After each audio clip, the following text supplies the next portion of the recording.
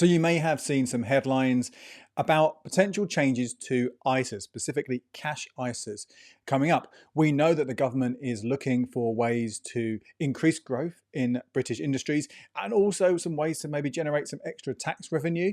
And this is where this plays in. Now, I don't like it when you see these kind of, whether it's a video, podcast, or article, they're a bit clickbaity, saying these things are going to end.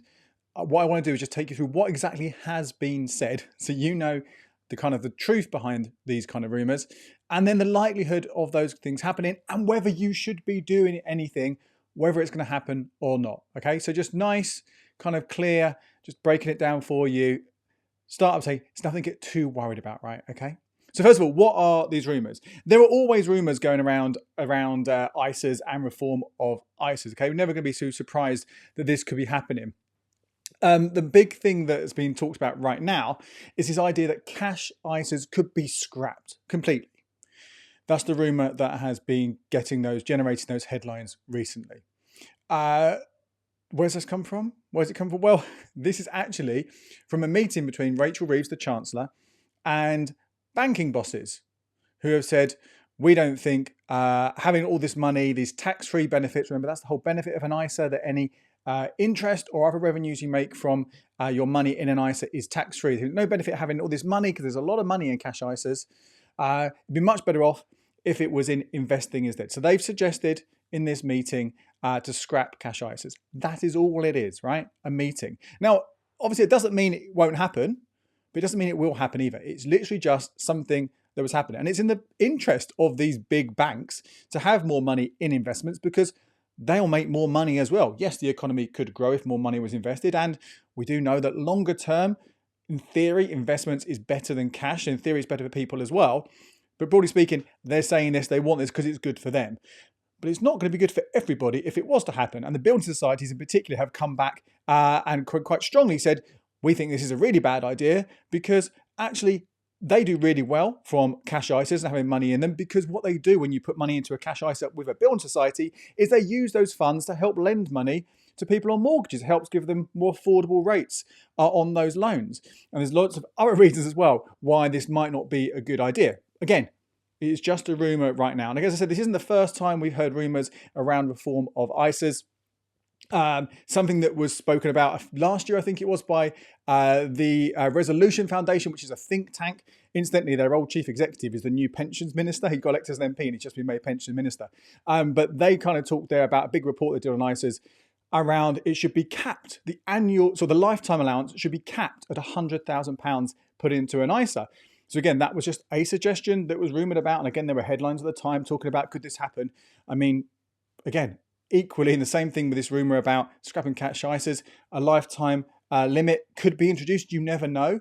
But that was one rumour. Other rumours have been reducing that £20,000 annual limit. That's how much you could put in new money every year into an ISA. Suggestions that should be cut as well. All of this, though, really want to stress though, it is just rumours right now. Does not mean they will happen in any way. So there is obviously a chance there could be some changes to ISAs. We actually do know that Labour have started a consultation on reforming the lifetime ISA. Lots of problems with lifetime ISA. That £450 annual limit, £450 price cap on home purchases is potentially too low in some areas of the UK. Equally, that penalty you get to take money out if you don't use it to buy your first home or you don't use it for retirement, that's really unpopular. So again, there's lots of reasons why lifetime ISAs could be reformed. There were new rules that were introduced last year on ISAs as well. If you remember the idea that you can have, used to be you can only have one type of ISA, a cash ISA, stocks and shares ISA, lifetime ISA, or innovative finance ISA in a financial year, and that makes it quite complicated. So these previous governments scrapped those rules, made it you could have as many as you wanted in a year of the same type. Hasn't really been implemented, so it hasn't really made ISAs easy for people. So there's absolutely room for reform of ISAs from that point of view. But again, we don't know anything that actually could or definitely would be happening. And there are other things, I think, to say that why you shouldn't necessarily worry too much about these rumours right now. For a start, if they were to introduce a lifetime cap on ISAs, or change the annual limit, or to scrap cash ISAs completely, it's very, very, very, very unlikely that this would be done retrospectively.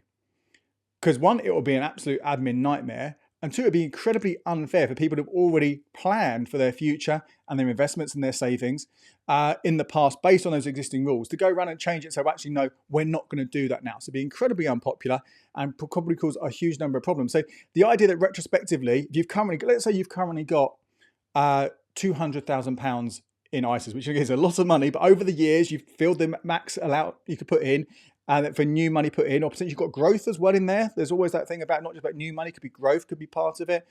But let's say you've managed to amass that over the years, and well done to you if you have. The chance of then, if they suddenly introduced a £100,000 annual, so lifetime limit on there, that they would then tax the rest of it. I mean, I just really can't see that happening. So again, just rumours right now of these things. If they were, can't imagine it'd be retrospective. So again, don't worry about that in any way. There's also the sense of like, if it wasn't, let's say retrospective is fine, they're not going to change anything in the past, but going forward, maybe that annual allowance could come down, or maybe they could scrap it, whatever it could be. It's not likely that any of these changes could come into place for the next financial year, which starts on April the 6th of 2025. A couple of reasons for that. One is Labour have committed to only having one fiscal event. It was in their manifesto. Okay, yeah, people can change manifestos, and the world changes as we know. You know, things can come along where they have to respond to them straight away. But something like this, if they said they're only going to have one of these events, by fiscal event, that's basically the budget, where they announce these kind of policies once a year. That is in the autumn. So the chance of something being announced in the kind of, they've got a kind of spring forecast coming up in the next few weeks, is incredibly unlikely. If they were going to do anything, we probably wouldn't hear about it until the autumn, which would mean it wouldn't sort of kick into play until April of 2026, so a whole year away. But then even then, they like to consult in these things. If they did want to do something sooner, okay, so someone like anything could happen this fast, particularly the actual implementation of any changes would take time. So again, nothing to worry about for the current financial year or the next financial year. Okay, so I think things are going to stay as they are until April the 5th, 2025, and then for the new financial year, April the 6th, 2025 to April the 5th, 2026. So again, these things aren't going to be changing anytime soon, if they are going to change at all. And if we talk about that main kind of rumour of cash ISAs being scrapped as well, which again, don't think it would happen. It could happen, but if it did happen, they're not saying to scrap ISAs completely. Some of the headlines you see about scrapping ISAs, it is cash ISAs they're talking, these has been suggested, which would still mean there is a place for you to put your money tax-free and to have it kind of any returns you get. Okay, it would be via investments, but money for you to kind of get that longer-term investments, longer-term growth, dividends and things like that would still be an opportunity for you to have it tax-free. And although some people might worry about the volatility that comes with savings, which is why they talk about a 5-year kind of duration for investments, just so in case the market goes down, you've got time for it to come back up before you need it. There are obviously options which are much, much lower risk, which you can have within a cash ISA, which are more like cash. So you'd still be able to benefit from those tax-free status and have something which is much more stable from your investments if a cash ISA did disappear. But again, I don't think it is going to disappear. And let's address that rumour that always pops up again about reducing that £20,000 annual allowance as well.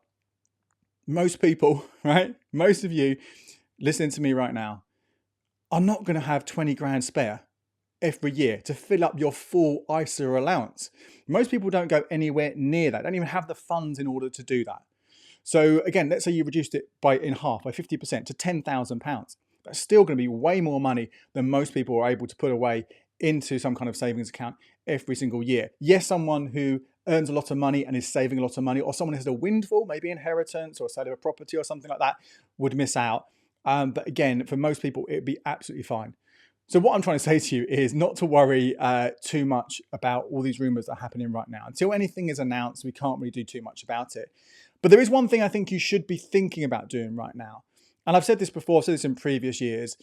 You know, these rules could change.